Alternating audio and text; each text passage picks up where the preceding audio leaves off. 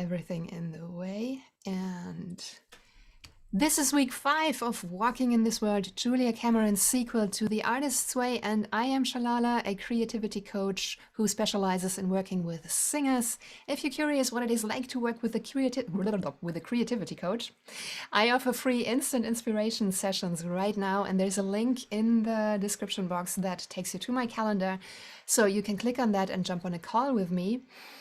Walking in This World, this week's chapter is titled Discover a Sense of Personal Territory, and I am here with writer and presenter Joe Holmes. Joe, how was this week for you? I feel like with The Artist's Way, we got a bit sidetracked. I think both of us, our weeks got so busy, but I was looking back on week 5 and I did actually work through it and get week 5 done. And looking at it, I feel like territory is an interesting topic because that could be a positive thing or a negative thing. We can have too much territory and we can have not enough territory, and I think that depends on the situation. I notice that I can be a little bit too protective sometimes, and I can have too much of personal territory where I'm quite questioning. I quite question people's intentions, their motives, and I'm not very trusting. So I know I could sort of give some of that territory back.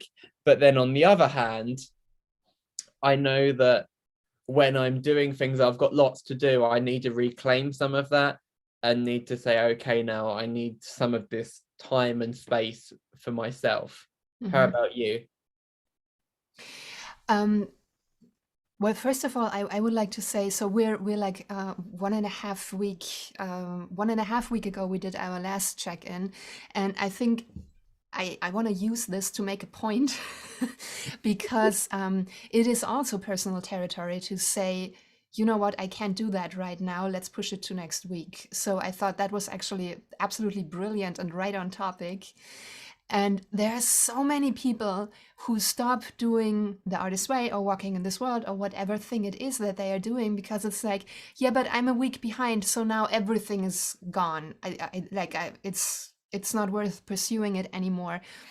And I'm always surprised at how unflexible and uncreative people get with these schedules instead of saying, you know what, this is my life.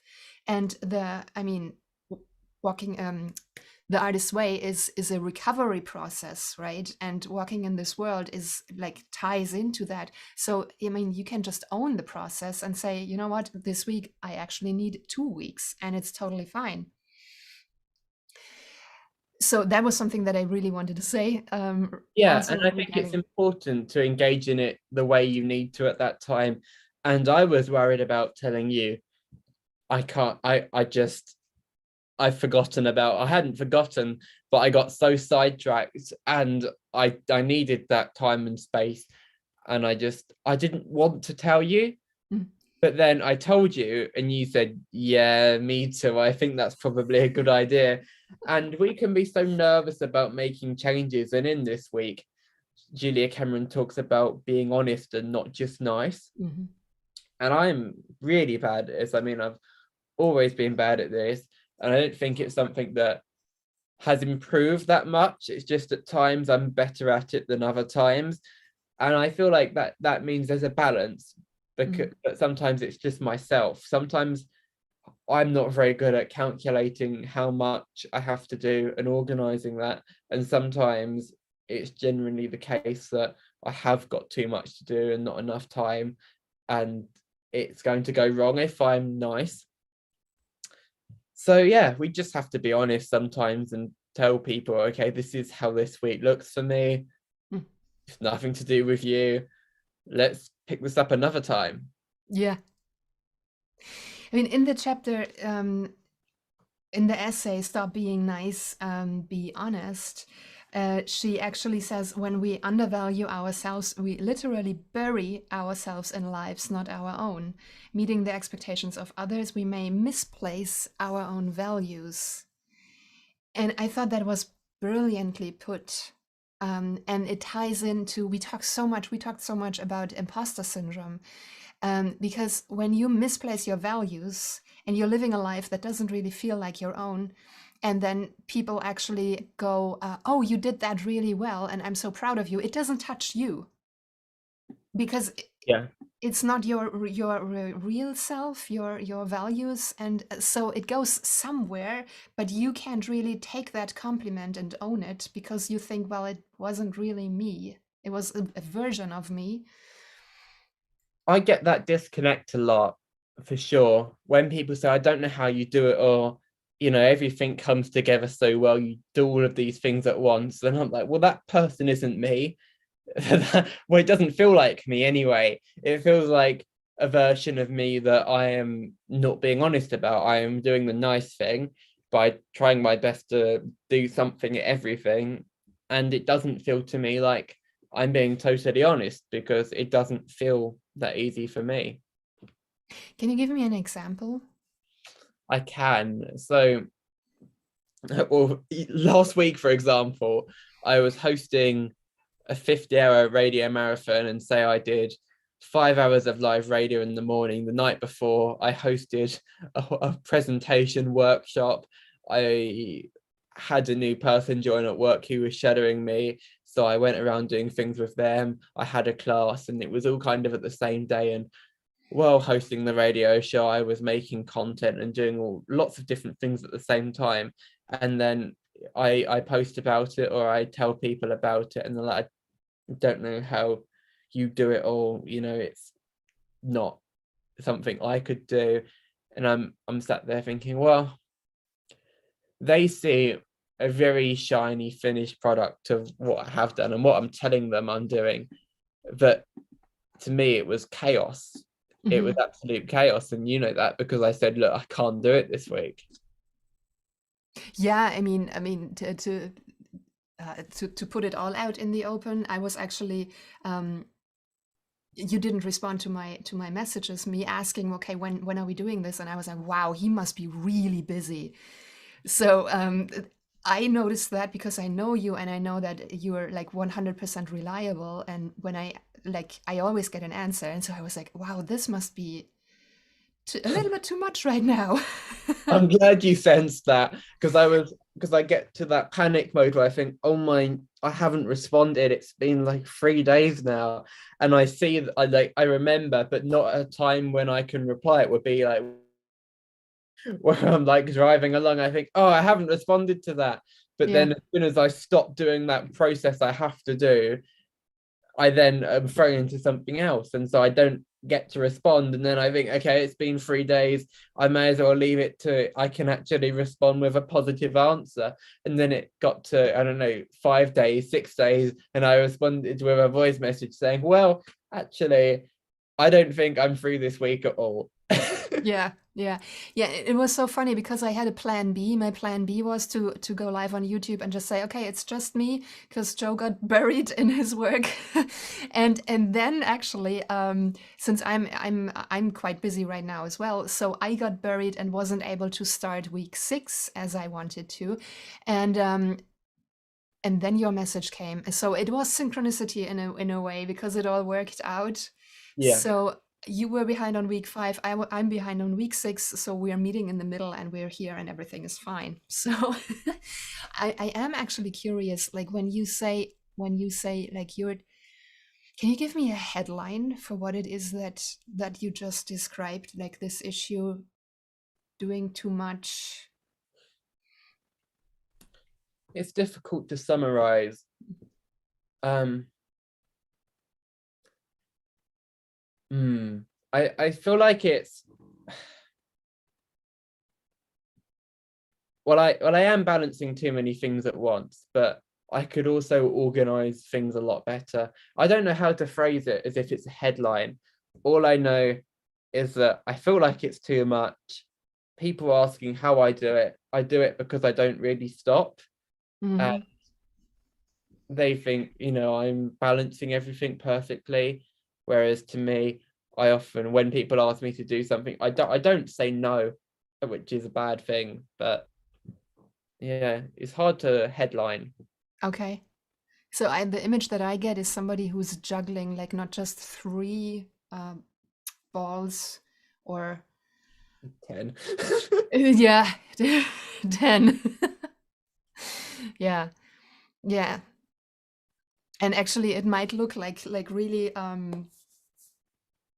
balanced or whatever, but Yeah. what it really is frantic, like just keeping all these balls in the air. And so, And it means I'm not doing one of those things well. I mean, I'd be doing a couple of those things well, and that's not to say that the things I'm doing have been done badly. It's just that I know there's things in there which are not doing to my normal standard.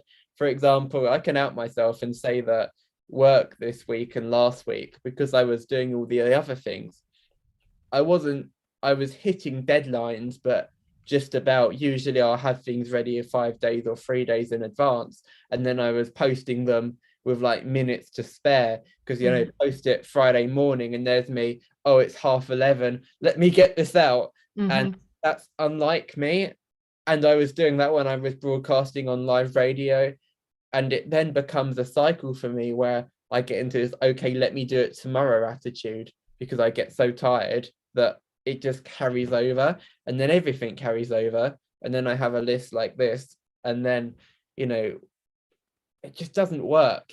mhm. And I know that because when we started this, I was writing 3 A4 pages of morning pages each day. And now I wake up in the morning, I set my alarm for 8:30 because I need to sleep. I know I need to sleep, but I wake up and then I check my phone and it's emails, messages. I need to do this now. I either need to go out and do that thing now, or I need to feel like I need to throw myself straight into something. Yeah. And I know that's not right. And I know that the morning pages would help. But what I've been doing is thinking, okay, I need to use this time. I need to use this time. So I've been writing one page, for example, instead of three. And that's only touching the surface. And on that page, I'm just saying, okay, I'm just making excuses for why I need to rush everything. What would help? Um,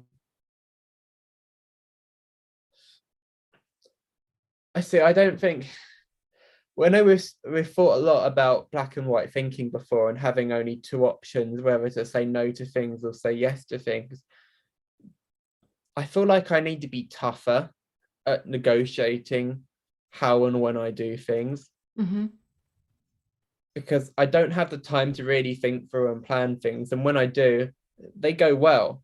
But say if someone messaged me, okay, I'm relying on you to get this done. Can you do it tomorrow? And I'm like, well, I can, but I mean, it wouldn't really make sure I'm doing everything else comfortably. And there's like, okay, how about 11 a.m.? I'm like, yeah, okay. I mean, that does mean that the morning's gone and I've got family down at the moment. I won't be able to see them today. So, and then it moved to 10 a.m. and then that's 10 a.m. to 1:30 gone. So that was this morning. That was done working on a project with someone because they're relying on me. And then we spoke and there was like an availability issue whether, okay, are you available on this date? I sent a message in this group chat. I know you didn't respond, but that's the date we're doing it. And I'm like, okay, well, that's actually my sister's birthday party. So no, I can't do it then. And like, okay, we've got to remove. We did ask everyone. And I'm like, well, to be honest, I haven't looked, I haven't checked messages. Like your message. And I mean, that's something I wouldn't miss because I know I can quickly respond or quickly send a voice note. But I've just been missing these things, which means that it's creating a lot of tension. Yeah. And the person, that I'm working on this project, I mean, if they hear this, I'm sure they won't mind because I spoke to them about it and they're like, oh, yeah, sorry. And I'm just like, I'm balancing so many things that if you do need an answer from me, you just have to ring me about 10 times and when I pick up, you'll get your answer. So what I am hearing is like, so there is there is you, Joe, with the values of doing things with a certain amount of quality Yeah. and also to be reliable. And by taking on all these things, those values of you, your values, they sort of go out of the window because you become unreliable, which is completely against your nature, which of course creates then dis-ease with yourself. You get cranky with yourself and all these things. And what you just said is like that be tougher in negotiating would actually help. So, are you ready for a little game, like a I'm ready. I'm ready. Okay, so imagine that not the tooth fairy, but the tough fairy I love that. comes, visits you this night. I hope you get some sleep because they can only come when you sleep, right? Fairies, they're very fickle beings, so they can only come when you sleep. So, and she bestows, she, he, it, they, whatever, they bestow on you like the monster toughness. And in the morning, you wake up and you're like, you have all the toughness in the world that you need. What would a day look like when you have all the toughness that you need to be successful in these negotiations? In that case, I think today for me would have looked like visiting family in the morning and then going back home in the afternoon and then working on my assignments that are due in say like 3 weeks time. Instead, today looked like picking someone up at 10 a.m, walking the dog before that, bringing them back to mine. They were there working on a project till 1:30, rushed to have lunch. I haven't thought about what I'm doing for dinner tonight. I've come to uni to try and catch up on some projects I'm behind on here. I've spent the last 2 hours editing stuff. Yeah. We've been on a call, which I'd be happy to do because that wouldn't have clashed with everything. And now I've Allow me got to interrupt yeah, yeah, yeah. because you're going into the negative things. So like you're sliding right back into the story of I wasn't able to be tough. So if you had been tough. I mean, if I had been tough, I would have. I would have woken up at 8:30 still. I would have written 3 morning pages. I'd have walked the dog, and then we probably would have gone out, me, my mum, and my sister, because it's half term for her at the moment. We would have visited my nan and granddad and my uncle who are staying at the moment. We would have, sat around there, do whatever for the morning, and then I know they were going out today, so then we would have gone back home. Then I could have spent hours when it was light, sat in my room working away on assignments, which would have probably been my short story assignments. I would have written that and just took it at a slow pace this afternoon. So what I'm hearing is you would have gotten to a lot of things that are important to you. Yeah, yeah. Okay.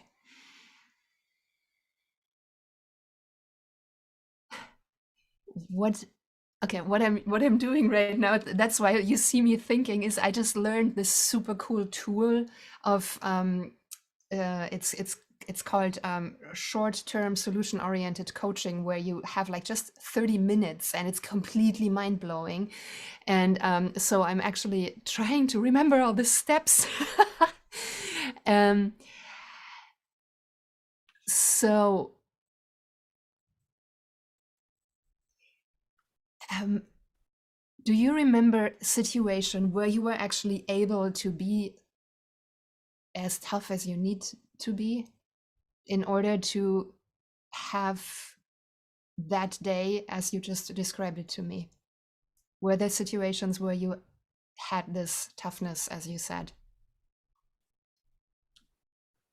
Well, it's actually quite difficult to think of situations where I've been that tough because I don't think I really have been.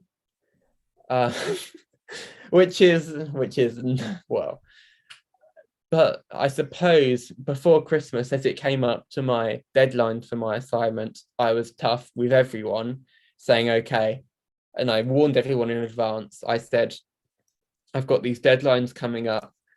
Don't expect to hear from me that much. So if there's anything you want me to do in the next 2 weeks, let me know now so I can get it done and get it sent to you in advance. But you're not going to hear from me for the next 2 weeks while I work on these assignments. I love that. Okay, if we look on on a scale of 1 to 10, 10 would be like where you are as tough as you need to be. And 0 is where you like completely, where you are like too open for everybody else's requests. That Christmas situation, where were you on that scale, 1 to 10? Probably about 6. 6, okay, but 6 was apparently already enough. because you just quoted that as a positive. Yeah. Hmm. And where are you right now, like today? One. Yeah. And that's just the truth. I mean, because I haven't said no to anything today. And I'm really, I mean, thank you very much for being this open right now. What do you need to get? Well, let's say, what do you need to get to a 6? It's easy to say time, but I feel like that's something I can't control. So let me think. Get to a 6. So it feels like I need to finish the things I've started. Hmm. So it feels like it would mean tomorrow I would have to still spend catching up. But I know I could go in to university tomorrow morning to get the work done, and then, or actually no, I couldn't. How can I be tough? What do you need to get to a 6? I mean, I think the time thing is really, really important. I want to point out one thing where you actually were tough and that you actually probably didn't really realize. Your family is extremely important to you. That is something that I notice every time I'm in contact with you. And you just said, no, I can't because it's my sister's birthday. Yeah, On a scale of 1 to 10, where were you there regarding the toughness? in that instance, I was a 9 Yeah. because I was because I felt pushback from that, and it was like, okay, but there's other people working on this project that have got such busy schedules we need to work around, and this is the day everyone said yes to. We don't know when we're going to get them, and I'm like, okay, well, you're not going to get me then. Yeah. Because, So those circumstances, those exact circumstances, how can we um, replicate those circumstances that allow you to say no to somebody else and say yes to your own value? clear communication. Mhm. I mean, I feel like if I sent a message to everyone I'm working on these projects with and just say, okay, let's set aside this time to work on it, and then that's it for the week. Yeah. Clear communication. Okay. What else? Valuing my reasons. So my sister's birthday, that's an excuse because, I mean, it's not a reason, because I can't change when that is, and it affects emotionally someone else. Whereas if it's something that emotionally just affects me, I feel like it's less important because, you know, then I feel like it's my responsibility to deal with that rather than someone else's. And say, like, if I tell someone, okay, it's my sister's birthday, like, oh, okay, that's not fair on your sister. But if I say, no, I don't feel up to it, then they'll be like, okay, they'll be not trusting what I say. They'll be okay, you know, you're just making excuses. Or, Yeah. I mean, that is a topic where we could go, like, that's a rabbit hole we could jump into right now. For right now, I would actually just have it as it is, so it is easier when it is for somebody else. yeah, for How sure. could you incorporate that if you know that this is how you operate, like this is what you need? How could you incorporate that? It's difficult. I feel like You are a very creative and intelligent person. You have everything inside of you that you need to solve this. yeah, and I don't think I give myself that credit. And I feel like valuing my reasons is important.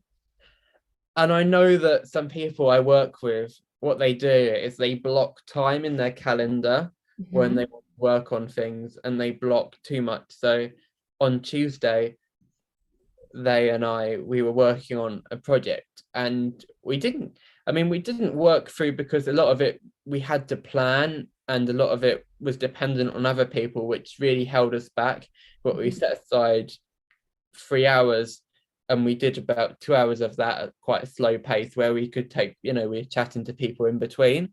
Yeah. But that meant that in the hour, it gave me time to get home, relax, and then before starting another meeting. And I know they had time to respond to all the emails they had to respond to. And so what I haven't been doing, which I do occasionally, is on my calendar, I mark out the things I don't have to do at that time but would like to do. But I'm very good at, let me show you my calendar, because I feel like this will help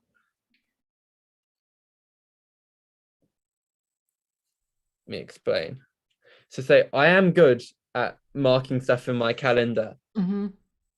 but because I want freedom, I leave blank spaces when I have in mind to do that thing. But because that space is blank in my mind, it's a free space for me. Yeah. I give that free space to other people. And when we go to territory, when we look at week 5 of territory, I need to be, Yeah. okay, that's my territory this day, Yeah. which today was going to be completely, because I knew tomorrow I'm going to spend all day at work. But yeah. So what I wrote down is like 4 things where you said, okay, this could actually help to manifest a surrounding where you are able to go to a 9. We have clear communication, and to have to put time, to set time aside for projects, and to say this is where it starts, this is where it ends. Then evaluating your reasons, and that it is easier when it's for somebody else, and if it's not just you, and you saying I need this time for myself. You do actually already block time in your calendar, but it's that actually, I think it's where it goes back to the it's easier when it's for somebody else. So it doesn't really count when you block time for yourself and you offer that time to somebody else. Is that Yeah. correct? Okay, so um, my feeling is that the easiest way for you to be tough, to get to a 9 or even to a 10, is when somebody else is involved right now. So we can actually use that to build that muscle. Um, do you have people in your life who'd be willing to help you with this? Yes, I think so. Yeah. Are there ways, or can you think of ways how you could like rope them in, or just tell them, okay, this is what I'm trying to do, and I want to spend more time with you, with family, or just with myself. Could you help me with this? This is a really interesting observation from you, because I haven't spoken about this, but it's funny because on my mind, I used to have a friend that I spoke to every day, Mhm. and they not managed me, but helped me manage my time, in the way that when it came to negotiating things, they had access to, say, my Instagram account, and when people were trying to get my time, or get my attention, they'd respond in a way that I never could. They would respond at the 9. Yeah, yeah, They knew I couldn't respond at the 9 at that time, and I was just ignoring emails and messages, so they would respond at that 9, and I was telling them what I was doing, and they were holding me accountable. yeah. So my question to you is, would you be willing to do a little experiment for like the coming week? And I don't know, maybe ask your sister or somebody like, okay, listen, can you give me a call when I'm in that situation and we said we finish at 6 and I'm not home at 7, or whatever it is, like Yeah. the parameters is they are completely up to you. Would that be something where you say, yes, that's something I want to try? Yeah, and I mean, I'm willing to try anything at this stage. Okay, I want to write it down. Yeah. How would you call it? Like, can you give me a sentence? This week I'll experiment or something like that. this week I'll try asking somebody to make sure that I protect my time and I negotiate my boundaries.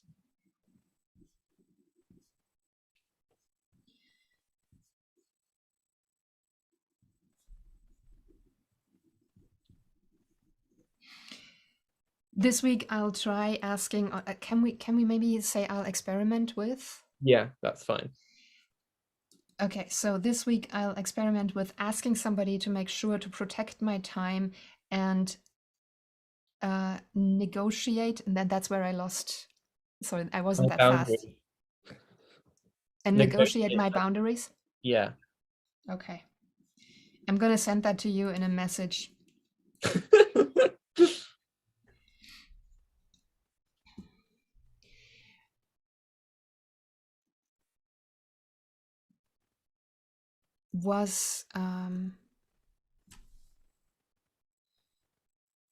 Did that help? Yeah, a lot. And I'm there's glad. something rare about our calls where I wouldn't set aside this time to confront these things. And it's not that the solutions are ever too far away. And I think it's good to remember that. But one, I wouldn't have set aside the time to see them. Two, I wouldn't have held myself to anything. I wouldn't have put my finger on it, and I would have, well, not done it essentially. I mean, there's a reason why accountability is such a huge, huge thing. And when you have an accountability partner, it helps immensely. And we talked about this before. Like, you can always use me as an accountability partner. These things really work well. I mean, people reach 95% more of their goals with an accountability person. 95% just by telling somebody, I want to do this, I want to achieve this. And I think that is absolutely crazy, and everybody should incorporate it. Yeah, and I feel like there's a big discourse at the moment around being your own boss, but it's doing that, but also not shutting out other people. And by shutting out other people, you're actually shutting yourself out as well, because you're not bouncing ideas, you're not keeping yourself balanced, you're just, well, you're not holding yourself accountable, as you said. Yeah. Well, thank you so very, very much for going through this little experiment with me, and for being open. I appreciate it very, very, very, very much. So that was actually the essay, the section. Stop being nice, be honest. And it's so funny how the it's so synchronous. Here we go again. Yeah. Synchronicious. How the topics of walking in this world or the artist's way like pop up in your life, and it's like, here's your exercise field. Play around with this. Like, here are your sparring partners, and so you can put everything into practice. There is one more thing, like in actually that I wanted to bring here and share it with everybody. When we talk about being selfish and how bad it is to be selfish, and then Julia Cameron actually says, and I love her so much for this. Personally, I prefer selfish to simmering, cranky, hostile, and long suffering. And is it really selfish to take time to have a self? You need a self for self-expression. You need a self for a lot of other things as well. And then here's where she quotes Socrates: if the unexamined life is not worth living, the unlived life is not worth examining, or painting, or sculpting, or acting. Amazing. Love her so much. It's like, Yeah, and it's a good perspective to look at those alternatives, because what are you actually weighing up here? What are you sacrificing? yes, absolutely. And like when you're sacrificing yourself, it can't be a good thing. Let just with one eye on the time. There was artist dates. I Yes. wanted to tell you Tell me about your artist date. I finally did it. So the thing that I was like pushing weeks and actually months, 3 months to be precise. I got a book from the library. I mean, I love the library. Going there is and like exploring sections where I usually don't go is an artist date in itself. So I found a book that is called "The Best, Coolest, and Most Popular Dance Moves from Breakdance to Moonwalk." And I got this book and I had it in my mind that I was going to like that it's worth at least 10 artist dates. And of course, because I'm me and fun is something that is like, man, let's just watch a movie or a documentary or something. It took me forever to take this book. I had it for 3 months. That's like the longest you are allowed to have a book from the library. And I managed to learn exactly one dance move. And I am very proud to say that I can do the agadu right now. Do it. I'm not gonna do it. I'm not gonna do it. But I have to say, this messes with your YouTube recommendations so hard. I mean, when you type in "do the agadu" and you repeat this video like 20 times, because I am sort of dyslexic when it comes to learning movement. So even a very stupid thing like the agadu is like really tough for me. And YouTube actually picked up, oh, so this is what she likes. Let's give her a lot of recommendations like this. And so if you're doing that, I can only recommend like go in not with your regular channel because it messes up the whole algorithm. Wow. And what experience was that like for you? Because I know you wanted to learn more dance moves, but you learned one, and that is something. I mean, I I mean, wouldn't have done that. it wasn't so much about learning how to dance. It was really just I wanted something that completely gets me out of my comfort zone, which dancing always does. And then like doing something that is designed to be stupid. I mean, especially the agadu is the video. It's like, what's a nice pineapple like you doing here? It's like it pushes my comfort zone. It pushes me out of my comfort zone so hard. And but I had fun. It was really I had fun, and I actually use it in the breaks between like on school days. When I am in front of the Zoom or whatever for 7 hours, Yeah. um, a little agadu, like switch the camera off and just do one round of it. It does wonders for my mood I can and imagine. Yeah, because for you're my brain. moving and Yeah. you're probably laughing as well because no one can see you doing it. And it's quite amusing to think, what are they doing behind the camera if you're doing the agado? I think that's great. Yeah, and then of course the horror is my camera really switched off. Like I constantly, at least 3 times, I have to check before I do the. That was Wow. my artist date. What was yours? So my artist date was actually going to a talk where it was the BBC's current security correspondent. And I think in around 2005, so not too recently, he was shot 6 times while reporting in Saudi Arabia by Al Qaeda. Oh, wow. And yeah, it was a long recovery, and he's lost the use of his legs. He still has legs, but they just don't move. He's partially paralyzed. But he still kept on reporting and still kept on being the security correspondent, even in a wheelchair. And that's meant he's gone on armed drug raids in Colombia and been flown in helicopters while in a wheelchair. He's hiked in Patagonia in Argentina in a wheelchair. He's done snowboarding and skiing sitting down. And it was just crazy to listen to because he said about being told that, you're going to have to rely on people the rest of your life. Mm. And he didn't want to admit that, but he says, yeah, he does need the help, but it doesn't mean to say he had to stop doing all of those things. I mean, at the moment, I think he might have already flown out to Ukraine to cover Russia and Ukraine at the moment. Hmm. And he was sat in a hall in front of us. And it's one of those moments where it's a series of talks that my parents go to, but I don't normally go. And a couple of weeks ago, they had, I think it's the first female astronaut or the first female British astronaut. And my mum was sat there listening, thinking, okay, this is someone who didn't go, they didn't do well in school.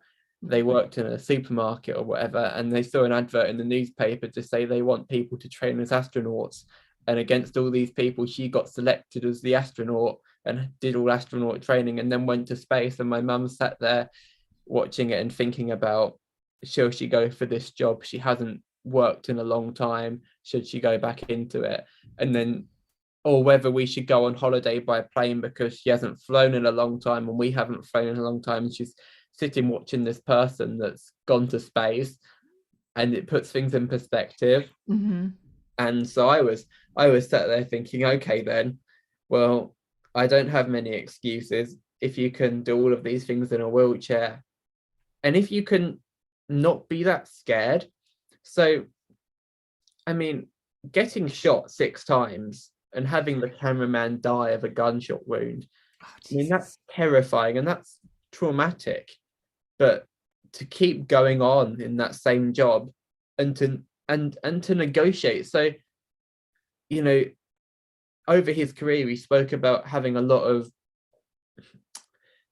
tough negotiations where not the military, but different parts of the military, like the health and safety people, would always say he can't do that. He's in a wheelchair; it's not safe. And his response was, "I've already been shot 6 times. Hmm. Michael." And so he's done things like ride a donkey up mountains and things, and it's dangerous. And sometimes he's got to admit it's dangerous, but he tries those things. Hmm.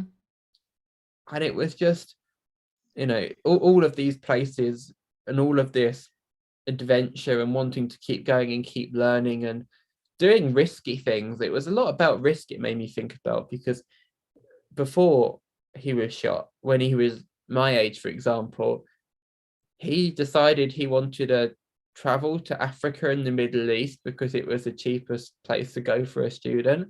Yeah. And there was no room. Well, the trains were quite hot and packed, so we sat on the roof of the train on like a 5-hour train journey through the desert and just watched everything around him. But I was looking over at my mum and dad and we were thinking, yeah, I don't think much would let me go on I wouldn't really think of sitting on the roof of a train. It doesn't seem like a good idea.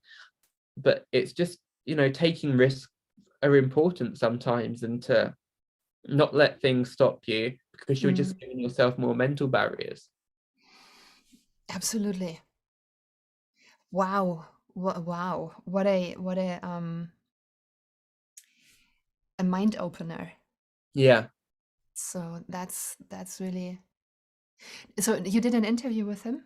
No, it was so it's a arts and literature society group that are Yeah. local. My parents go and they either have musicians or they have different speakers come in. Ah, okay. So Okay. they speak, they talk about their life by themselves, and they have Q&A at the end, but it's mostly them just speaking about themselves. Hmm. And it was just nice to watch.